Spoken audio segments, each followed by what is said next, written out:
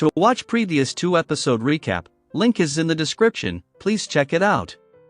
So, previously, in the episode 2, after being betrayed by their own classmates, Yogiri and Tomochika were on their way to the capital since they heard their traitorous classmate who turned into a sage candidate were going to the kingdom's capital.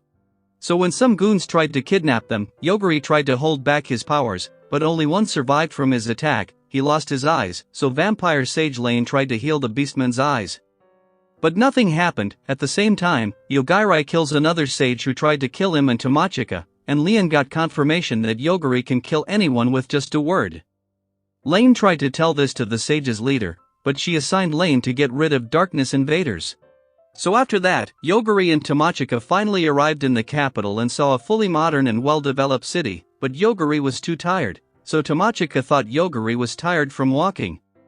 But Yogiri was just tired from killing many beasts and bandits on their way, which Tomochika didn't even notice, so after that, they entered the capital and found a high-rise hotel to check in.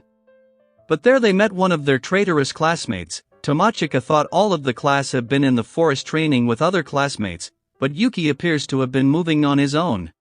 But then a blonde suddenly gets angry that Yuki is talking to a girl, so Yuki calms her down, and suddenly Stephanie praised Yuki for being so humble. So Yuki asked his girls to make an introduction, and the fifth guard was Erika, clearly a prickly person who doesn't like Tomochika. The fourth servant is Stephanie, the third is the lowly Chelsea, who wants Tomochika to die, and the second comes Euphemia, and the first is Riza, who has a complete opposite attitude from her looks. Yogiri warned Tomochika to be wary of this Yuki because he seemed to be confident in his new powers, but Tomochika didn't took the warning seriously because Yuki was always famous with girls. And Yuki proves he's a creep as he proposes to Tomochika to become his lover, which agitated the other five and creeped out Tomochika. Yuki tries to show his humble side by allowing Yogiri to join his party if Tomochika accepts his offer.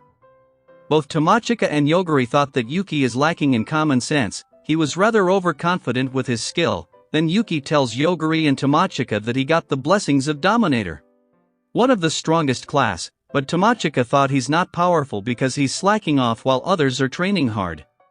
So Yuki tells Tomochika that, when their class was having a party from completing the first mission, he was left all alone, but Haruto gets there because he had the consultant skill. So wanted to give a bit of advice to Yuki. Others were ignoring Haruto because his skill makes anyone submit to him if they are weaker than him. So Haruto suggested Yuki to buy level 1 hunters and have them earn experience from them by making master-servant pact. Haruto's consultant ability could tell hidden loops of anyone's skill. And that's how he ended up here alone, so he brought these girls to level up. Then Yuki once again tried to get Tomochika, but she clearly rejected his proposal.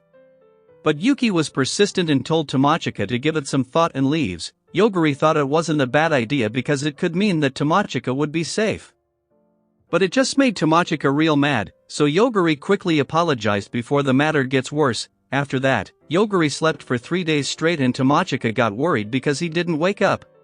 So she thought of exploring the city for a change. But right outside she saw a car was roaming around the city without a care, and if someone died he could turn it into a zombie. He's Lane's follower, and suddenly Mokomoko senses someone was outside of their room, but he or she was invisible and had killing intent, so Tomochika called Yogiri. And he woke up from the phone ring and checked out the lobby. He saw the girl and kills her off with just a thought, and then he told Tomochika that killing intent was aimed at her. So Yogiri first informed the hotel staff that a girl was in the lobby so to not raise any suspicion, but Tomochika remembers Erika was Yuki's girl. So Yogiri thought of getting away before they gets into a fight with Yuki, but Yuki already got the notification of Erika's death. But first he beats the demon he was fighting and made her one of his servant to know more about the floor this ruins had. After that, Yuki knew he ordered Erika to stand by at hotel. So it was confusing as to how she died, so Euphemia guessed that Erika must have thought of bringing Tomochika for Yuki, or maybe she tried to kill her, which means Tomochika is related to her death. So Yuki ordered Riza and Chelsea to capture Tomochika, and she blocked Yogiri and Tomochika from escaping. Riza blocks them in ice, but Yogiri destroyed her magic. There suddenly, Tomochika kicks off a doll who tried to attack her, but there were more behind them, and Riza pulls out another magic stone, but before she could use it, Yogiri kills her off and then kills those dolls. It saddened Chelsea, who's controlling all of dolls, and she started to scream. It made these two look like villains. But Yuki senses Rize's death and plans to bring Yogiri to a place to attack at him, so he ordered many of the cockroaches to creep them out and push them around the corner. So Tomochika got creeps and asked Yogiri to kill them, but if he did, all the cockroaches would fall on them, which Tomochika certainly did not want. But if those cockroaches attacked them and got inside her mouth, she could die from suffocation, which was even worse to think about, and Yuki thought he finally had the upper hand with this plan.